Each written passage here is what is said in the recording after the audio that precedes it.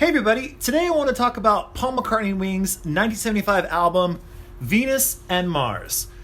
This is one of my favorite Paul McCartney and Wings albums. It actually is the very first solo Paul McCartney album I ever heard. When I was a lot younger, I actually got the CD of Venus and Mars. I don't remember exactly how I got it, but I remember I had it. And it was the very first solo record by any of the Beatles I'd ever heard. So for me, of course, this holds like a very personal, a personal space for me. And I love it very, very much. Now, in ranking it with Paul McCartney's other albums with Wings, I would say it's definitely up there. Band on the Run is hands down probably his best album with Wings.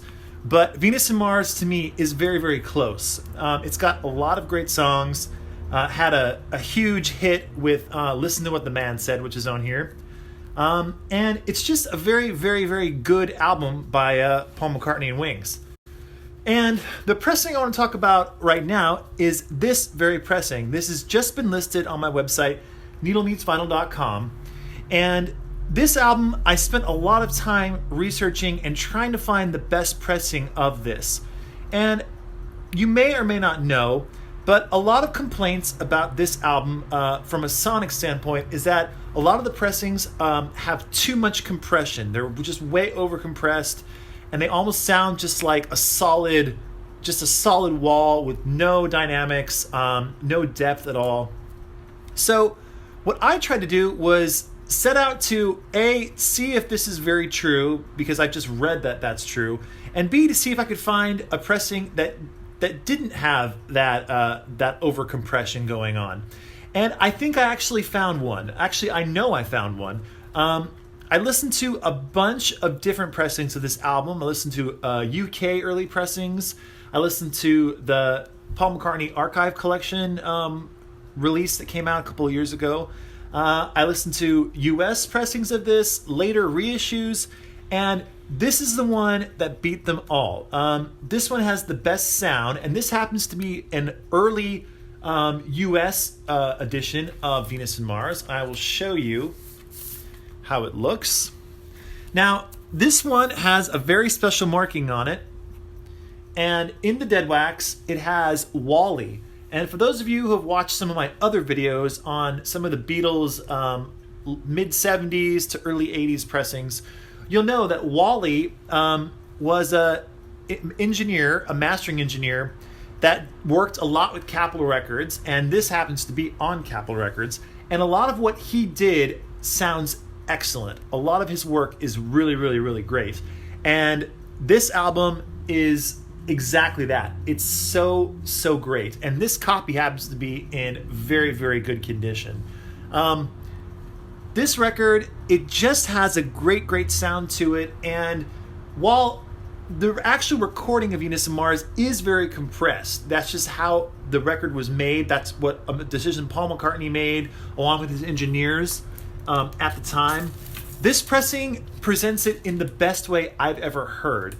There are definite dynamics going on, and you don't just get a full-on wall of sound. You can actually hear depth in the music, and that is so important when it comes to this album.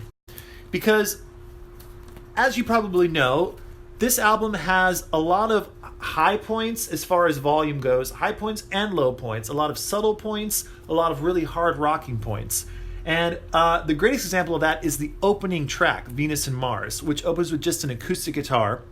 And as soon as you listen to this pressing, that acoustic guitar sounds absolutely fantastic. It has so much clarity, so much depth, and it's just the best way I've ever heard it sounding on this pressing. It sounds really, really good. And then when it kicks into the song Rock Show, you really get an idea of just how excellent this pressing is. Because that song on all the other pressings I've heard sounds so dead and like a total brick, right? And I think that, like I said earlier, is due to just the way Paul McCartney and his engineers mixed it originally. It's just covered with compression because there's a lot going on, and it's just a big wall of sound. And I think that's exactly how they meant it to be heard. Luckily, though, on this pressing, while it does still have a lot of those components where it's a very thick wall of sound, there is a lot of dynamics going on and a lot of depth, which is very, very cool to hear. So if you've never heard Venus and Mars, in your opinion, you've never heard a good version of it, this is the one. This sounds excellent, and I'm happy to have it on the website. So go check that out, needlemeetsvinyl.com. If you're looking for a very, very nice copy of Venus and Mars for a good price, this is the one for you. So definitely go check that out right now. And I wanted to talk about two other records that I just listed. This is Badfinger's album, Straight Up, and this is on Apple Records. And this happens to be a Sterling LH pressing, and it sounds so good, really, really good, really electric, really just a really fantastic listening experience. And for those of you who don't know, George Harrison appears on 3 tracks on this album, and he helped produce a bunch of tracks on this album as well. And those tracks are Day After Day, he plays slide guitar on, and it's absolutely amazing. Name of the Game, and Suitcase, and I Die Babe. All 4 songs are very, very, very good. And the other songs were produced by Todd Rundgren. So just a classic album, and kind of the dawn of power pop. So if you haven't heard this record, this is a great way to listen to it. So check that out as well on needlemeetsvinyl.com. And moving along here, I'm trying to make this a not too long video. This is Led Zeppelin's album Presence, and this was released in 1976. And this is, in my opinion, Led Zeppelin's most overlooked album. This is an album by Led Zeppelin that has a unique sound all its own. It's very stark, and it's very in your face. And I love that about this. And this is on the original Swan Song label. And this record is in excellent, excellent shape, as you can see. And this album has some of Led Zeppelin's hardest rocking songs, in my opinion. The very first track, Achilles' Last Stand, will absolutely blow you away, especially on this pressing. It sounds so killer. And if you have not given this album, Presence, a chance, now's your time, because it is an amazing, amazing record that I think it's overlooked, and I'm not quite sure why, but it's so good. So check this one out as well. It's available on my website, needlemeetsvinyl.com. And yeah, I gotta say, all 3 of these albums are just really great, and if you want to add them to your collection, now is your chance.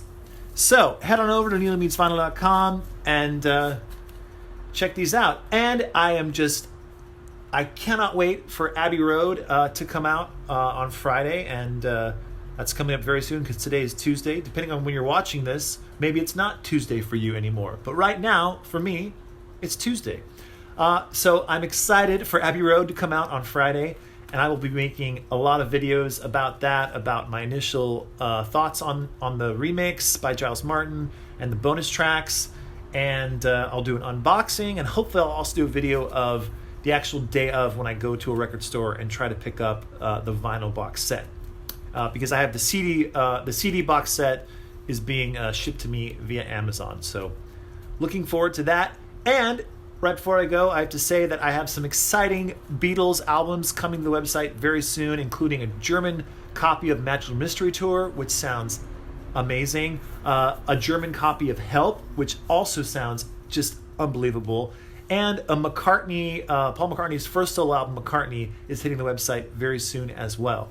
And last but not least, Pet Sounds by the Beach Boys will also be making an appearance on my website very, very soon. So stay tuned for all those amazing records, and that's it for now. So we'll see you later. Okay, bye.